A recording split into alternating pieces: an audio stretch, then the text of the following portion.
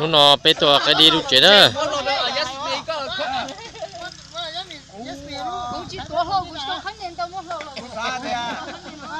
cho nó giờ cho mùa này cho cái là tìm được cái rồi đó chưa say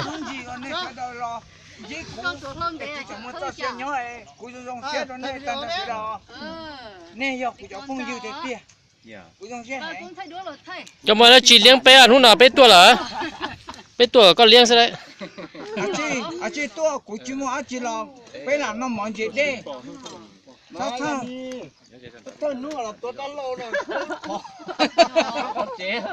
giờ thế giờ này chỉ là gì cái này thầu ở trong này nó pha rồi thầu trong bò đi tôi là cái cái bé đi tôi xé nhắc mì là chọn được cái đi lúc chuyện đó ta tỏ là khởi chuyện này bé cho Đà Lạt trong linh bây giờ cho Đà Lạt chứ nữa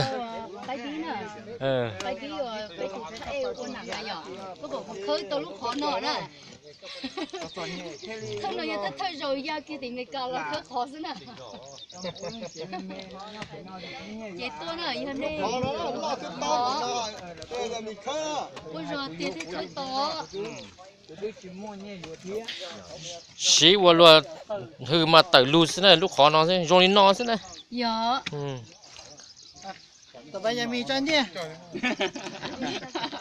chưa mấy tuần giờ là được phụ trách hậu thế vậy cái gì nó cũng thấy cũng chỉ có khăn nền à khơi ra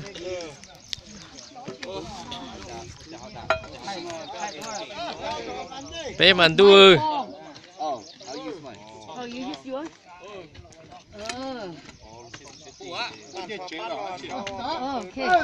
ê nó nó nữa bên tôi trả bên tôi trả về tuần chơi rồi tí sắp bé tí bé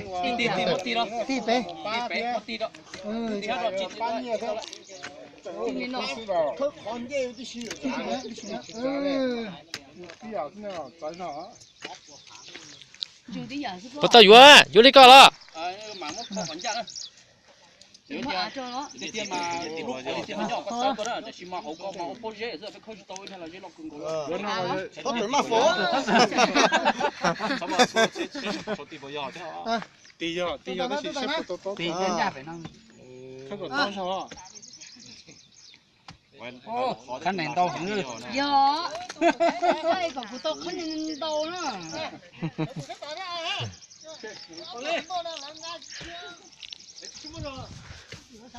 tôi nói cho chủ bao cho nó chỉ cho nhiều bao nó nó pe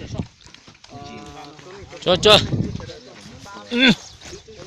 nhau luôn đi chứ ôi ôi đã tuyệt chưa để coi nha không điếu luôn đấy mà cờ lên nó tí sao rồi tí bé ô sao dạ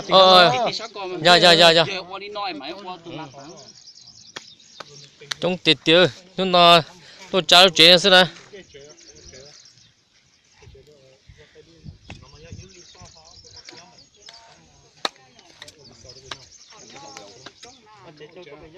kia cú tao xuống là tính năng heo mà sáng tao bao nhiêu sáng tàu giờ xưa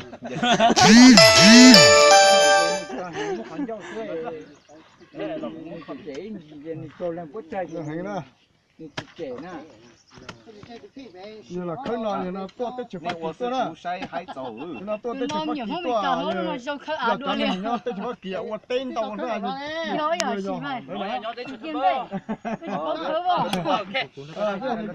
khơi có thể chỉ tôi khơi đi tôi cho nó tôi khâu hả khó dạng cổ thế nào bằng lâu đấy luôn muốn tao gì mà muốn tao lên đấy mà chụp cả đi chơi bao có bị khâu à lấy rồi nhiều tôi đã đủ to ôi trong bao có khâu à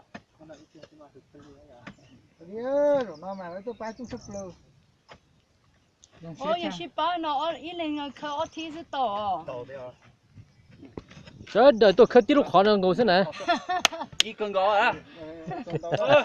Bây giờ cái cháu là xem môn thăm bơi. Tôi ít ba tôi khơi tí lúc khó ngồi thế này.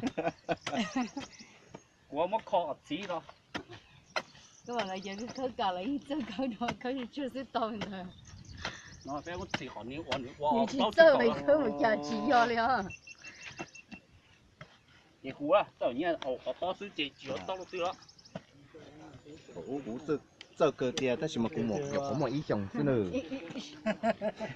，còn đó là trong xa chỗ chí trong hai gì chỗ cũng mà dư đó, nhưng mà cũng rất có thời gian chỗ chí lọ. Có dư không chưa? Gì chỗ? Nhếp bùn đây này cho nó đây. Nhếp bùn này, nhắm bùn nhếp bùn. Tao nữa, tao nữa. nó tụ xếp nha tụ đảo đấy Tôi xia. Tì sân chỗ à? Nhám bầu cô đi nhếp bùn hỏi nữa. thì sao được Tí con mà, tí con. sao nó hậu tao nó hậu Có hả? Nó. Này trực thiên đây. Tôi mà tạp cái đu giỏi thế. cho tôi Nhà tít tiệt nhếp bùn rồi, nhà lên nhếp bùn đâu. chạy lên pe nè nó cùi bỏ cái đi nó nó cùi giờ phong dư cho nên sao tu xử lý mong thái thế tăng cho cái tim mong mày cả nên là xe cũ dùng xe cưng gọi đi thế chỉ ta nó nên hơi là bác cũ chế độ của nhỏ nó cũ dùng xe tăng cho rồi nên sẽ đàn á Chúa cha. này giờ ba thọ của chẳng chiều nên nhỏ nhỏ của tôi là của tứ nên giờ ba một gia là của tứ một chỉ tao nên cho giờ nên đỡ nên ba tao của thọ của chia nó của hộ nên cho của anh dân dòng này lúc sẽ lên gì cho của lúc sẽ mình có bố mua bây là lúa hay đi chả thế à Sẽ ra mình à bây giờ Rung xế ở đâu là bò. Tần thôi giờ nó sẽ đèn nó tí cho phá em rồi sẽ tuân từ nó này giờ. Cho tôi cũng thấy tụi nó lấy phá em tí giờ nhở. Thì ông hay bé bá chỉ tôi chuyên đâu là tôi cứ khó thế là nên nó bá mua bé đùa xí. Em sao xả lý cho này mua chỉ tôi chuyên đâu. Tôi cha tuần dễ xưa. Tôi cha tuần dễ kia. Tụi nó này giờ. Cái đi tụi nó có tụi big span à. Nhiều có tiền liệu tụi nó là. Dạ. chưa chỉ nhẹ xứ nhẹ muốn nặng còn tên nó nhẹ ra tư của bán được của tôi được tao rồi xuyên tàu nè Ok. Chị đi nào xưa ya? Bé giờ trả một mình cả này đi nào. Không bị cả. Tại sao nó tại vì một mình cả đấy. nó phải mình cả tả chứ chờ mình cả nó tàu là toàn nó giờ cô tàu là một ba bỏ cái đi bỏ nó ở bên bao nhiêu thì cổng ba thứ là cô giờ tiền gì trong xuyên tàu chấp lại nữa tụi cứ hái trong nữa bỏ cái đi có bố mua bây là lù hay ở châu rồi giờ thế của cho nên tao họ từ cửa xong có tao mua tao bếp phải nhà là một bá của trong xe chấp là chỉ năng nó giờ thì của lúc không mua tao cái của nhân dân tổng câu chuyện luôn gì đâu của xe cho cha chỉ ba chỉ nên đâu hay bây giờ xài là ốp bụng cái xưa cái sát sải chả chúng ta chỉ ba có tiền mà chỉ nhau mà thì bây giờ đến đòi mua đòi bán đòi có thì chỉ là hay là do bây giờ tỷ là như sẽ là như cái nó cái hậu giả thế thì là bây giờ là rồi mất không mua là sấy này tức là còn lúc này xí là còn này thì dùng xét thôi thì dùng xét có tiền là chúng ta chỉ ba cái là ít ba đây là có cho sẽ là hậu sẽ dùng xét có qua dùng xét nhiều hơn này sẽ là cái nào cái nhau dùng thì sẽ dùng xét thôi là xuyên tàu nè Xem đó đấy.